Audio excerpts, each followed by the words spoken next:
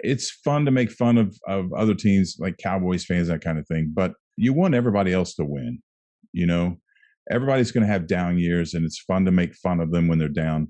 But what's happening in New York with just every year they're at the bottom. Both teams are at the bottom of the barrel.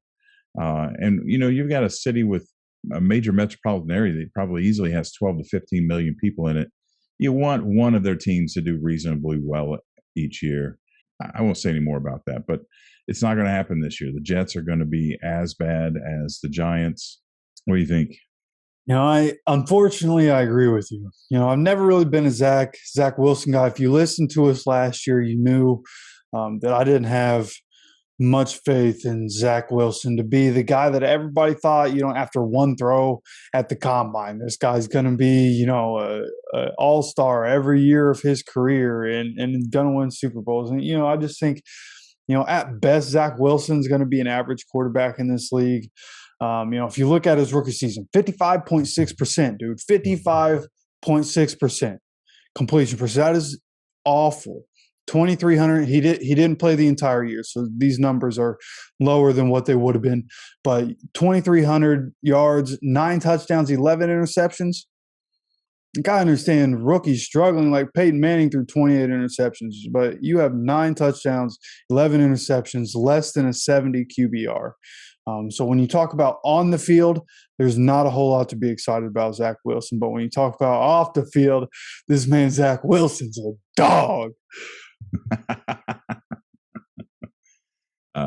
Here's to you, Mrs. Robinson. Most people, you know what that. I didn't even know if you knew what that reference was. I've heard that before. I can't remember what it is, but I've heard that before. It's a song from a movie called The Graduate. Oh, okay. Dustin Hoffman, where he has an affair with his friend's mother. Yeah. Do you think it's fair to pin this on Wilson? You know, no, because if you look at the team around him, like, what's his best receiver? Corey Davis. Like, what's a kid supposed to do with that? Like, Corey Davis is fine. That sounds like I'm completely shitting on Corey Davis. The pieces around Zach Wilson, the offensive line, they're trying to build the offensive line up. They definitely made an effort to do that. That's a slowly but surely kind of thing, and it's gotten better. But it's still not what you want it to be. And then you know, the pieces around Zach Wilson, not great. The defense for the Jets, not great. So it's not going to be all Zach Wilson. It's not going to be all Robert Salah. You know, I feel like what we saw from early year Jets last year to late year Jets, whatever Robert Salah is doing is starting to have some sort of effect. Will it translate into wins again? They don't have the talent for that, for me to say yes to that answer, to that question. But to answer that question, it's not all Zach Wilson's fault. Yeah, and I got to go a step farther. I mean, I'm still not real sure about Sam Darnold. Adam Gase destroyed this program. I mean, he just ran it in the fucking ground. And we saw how much work it took to get Miami at. I mean, there are teams that are not very good, and a coach can come in and within a year or two have him turned around and be a contender right away. But everywhere Gase goes, he destroys it. That they're 3 to 5 years from getting their shit together. And I think we're seeing that here. And you know, again, it's a guy like Sam Darnold. I don't know whether he can play or not, because I don't know if he's been in a system where he can play. I don't know if Gase wrecked his head, you know, destroyed his career from a mental standpoint. So my point with Wilson is we got to give the coaching staff an opportunity to set their foundation and to see what happens. And I wouldn't expect a whole lot out of Wilson in the offense this year, again, for that reason. You know, if you look ahead, you get a couple more first-round picks next year to go around Zach Wilson. You know, we might be talking about something different, but like we've said here, you know, 2022 not going to be the Jets year. Yeah. All right. So who do you have next? So this one was tough for me. I didn't know which way to go here, but I figure he's going to have to prove it to me before I put him higher. So number 3 here in the AFC East for quarterbacks, I'm going with Tua, who by all rights could cement himself as the number two QB in this division by the end of 2022 with the weapons that are around him. But you look at his year one to year two, we're talking about just Tua. You know, the weapons around him are great, but we're talking about just Tua. From year one to year two, by the end of year two, there you could see the jump.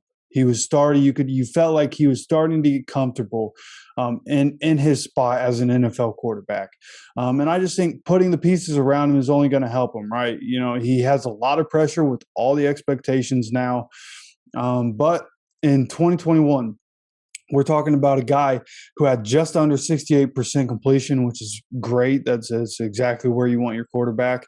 And didn't play the entire season, but had 2,600 yards, 16 touchdowns, 10 interceptions, and a 90 QBR. That's a fine year. Again, didn't play all the games, but you would expect with what they've done to put the pieces around him, Tua will be better. So again, he has to prove it for me to put him higher, but right now he's number 3 for me in this division. Yeah, I agree with you. I'm not a huge Tua fan, but I'm not down on the guy either. We've talked about this for 3 years. I thought the way Flores played it to let Fitzpatrick play and to bring Tua in, let him get used to the system, no pressure. He could develop in practice, work with magic, watch what's happening.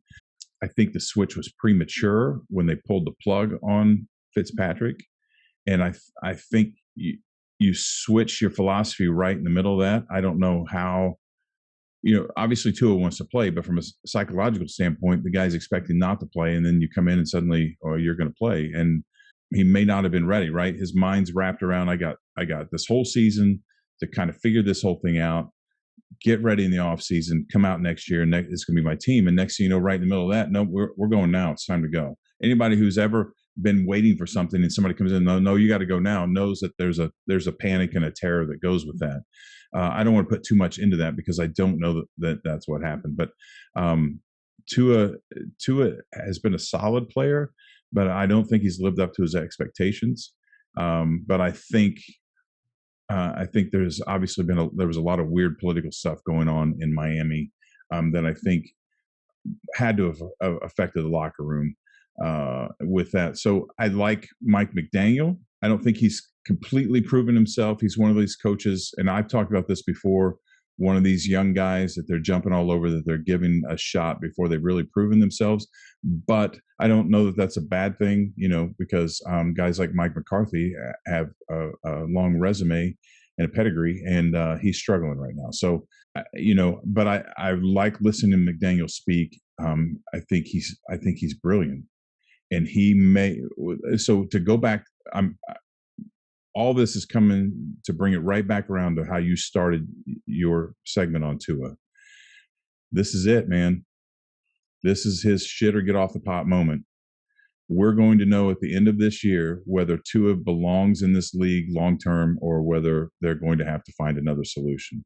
And you want to talk about pressure? Tua knows it. If we're talking about it, Tua knows it. So I'm a Dolphins fan. I'm not against Tua. I was a Fitzpatrick fan because he was winning, and I thought the Dolphins had a good shot in the playoffs. I keep bringing that up, don't I? I need to let that go. It's over, right? I like what's happening again in Miami, and I hope Tua does a good job. I hope the Dolphins contend for this. Let me back that up. I hope the Dolphins have a winning record and they get to finish second and get a wild card spot, because they're not unseating the Bills. That ain't happening. Yeah, well, I won't get too crazy because Bills are the Bills, Josh Allen's Josh Allen. But if Tua can take that next step, that Dolphins team around Tua is nasty, man. They're going to be able to compete with the best of them this year. Yeah, but I think even with that, I don't disagree with any of that. There's still something psychological about the Bills and how good they were. It could happen this year. I would expect that if everything you said just happened the way you said it happened, they're going to have to still fight the Bills for the top. I think we're still if that all happens that way, I think we're still another year or two before the Dolphins completely have enough confidence to take control of the division. There's a whole lot that comes into that with injuries and free agency and all that kind of stuff. But I hope you're right. I hope, the fans hope you're right. You know, it sucks when one team just dominates the division and everybody else struggles at the bottom. Nobody wins in that situation. Yep. So, okay, well then, obviously, there isn't anybody surprised that the Josh Allen's not going to be the second on your list. So that's going to be who? Yeah, Mac Jones. Who? Mac Jones. Apparently Mac Jones this year he's lost some fat. I saw a picture of him. He definitely slimmed down. Looks more like an NFL made quarterback this upcoming year. Bill Belichick has talked about that, and he doesn't usually compliment anybody. And he's talked a lot about Mac Jones. And I know we're talking about the Patriots here, but I do also know how to be unbiased. And when you talk about a first-year quarterback having 67.6% completion percentage, 3,800 yards, 22 touchdowns, 13 interceptions, and 92.5 QBR, that's something you might see from a guy in his second year in a system in the NFL. And you saw that from Mac Jones immediately. Now, he had Josh McDaniels this year. From what I saw earlier this week from a Patriots reporter, Tom E. Kern, it seems that Matt Patricia will not get the title of OC for some stuff with the Lions. The Lions are still paying Patricia, and if he gets an actual title, they don't have to pay him anymore. It's something weird like that, but Patricia's going to be calling the plays. Mac has some input on the offense this year.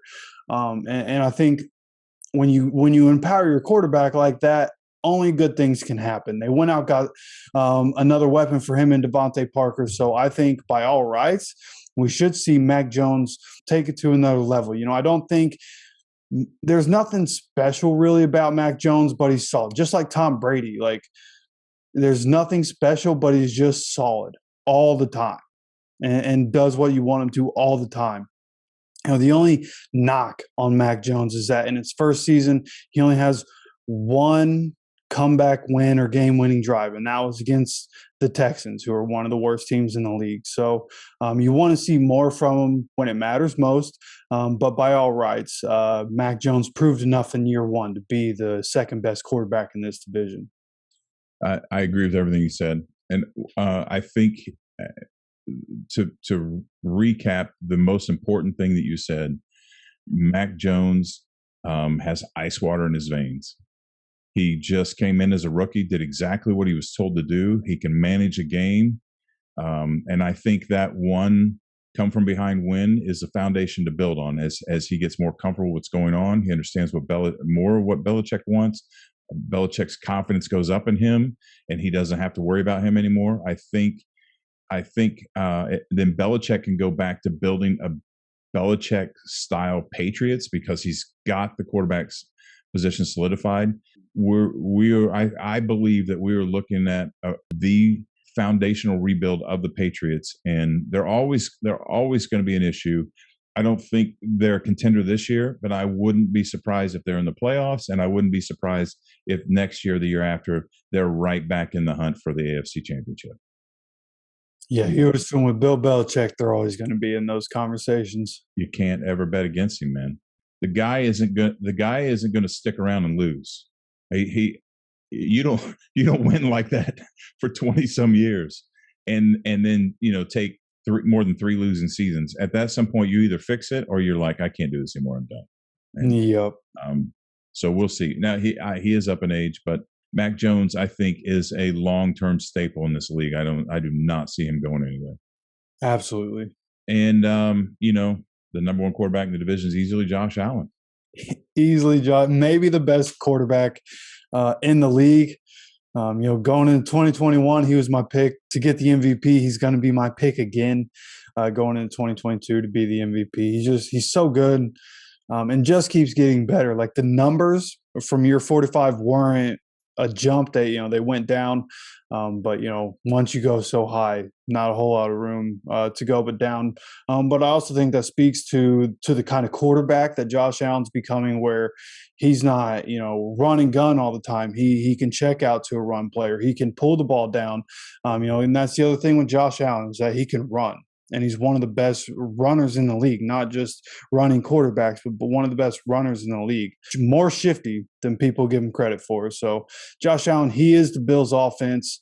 Could be the MVP this year, could be a Super Bowl MVP this year. Neither of those would surprise me. Wouldn't surprise me either.